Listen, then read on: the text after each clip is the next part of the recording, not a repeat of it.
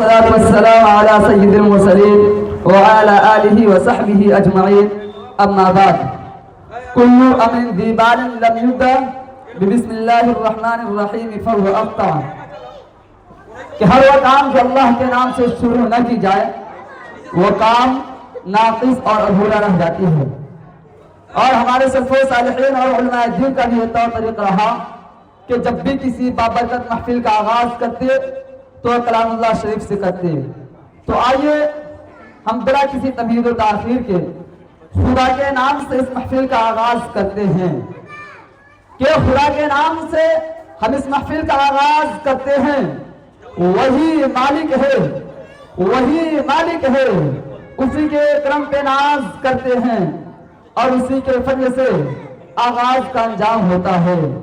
اسی کے فضل سے آغاز کا انجام ہوتا ہے، اسی کے مہربانی سے جہاں کا کام ہوتا ہے. میں نے شروع میں ایک حدیث شریف پڑھی ہے، اس کا ترجمہ یہ ہے کہ ہر وہ کام جو اللہ کے نام سے شروع نہیں کیا جاتا وہ ناقص اور ادھورا رہ جاتا ہے. اور ہمارے سلف و صالحین اور علماء دین کا بھی یہ طور طریقہ رہا.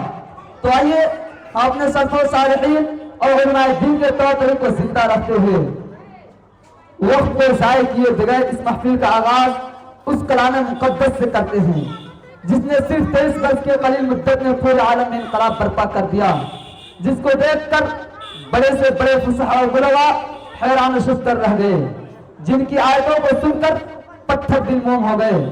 وہ قرآن مقدس جو رہتی زندگی تک انسانوں کے لیے ہدایت اور سراپا ہے. وہ قرآن مقدس جو اگر پڑھتا ہے، اگر یاد کرتا ہے تو اس کو حافظ قرآن کا لقب ملتا ہے. وہ قرآن مقدس کوئی سوار کر پڑھتا ہے تو اس کو قاری قرآن کا لقب ملتا ہے. وہ قرآن مقدس اگر کوئی تفسیر کرتا ہے تو اسے مفسر کہا جاتا ہے. وہ قرآن مقدس اگر کوئی ترجمہ پڑھتا ہے تو اس کو عالم دین کہا جاتا ہے.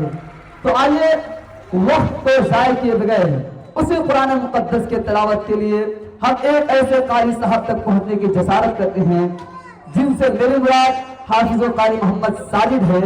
ان کا استقبال ہم ان 2-4 مصروں سے کرتے ہوئے ان کو مائک پر زحمت دیں گے کہ خدا کے نام سے آغاز اور اس محفل کا اور اس نور سے پا جائے ہم راستہ منزل کا.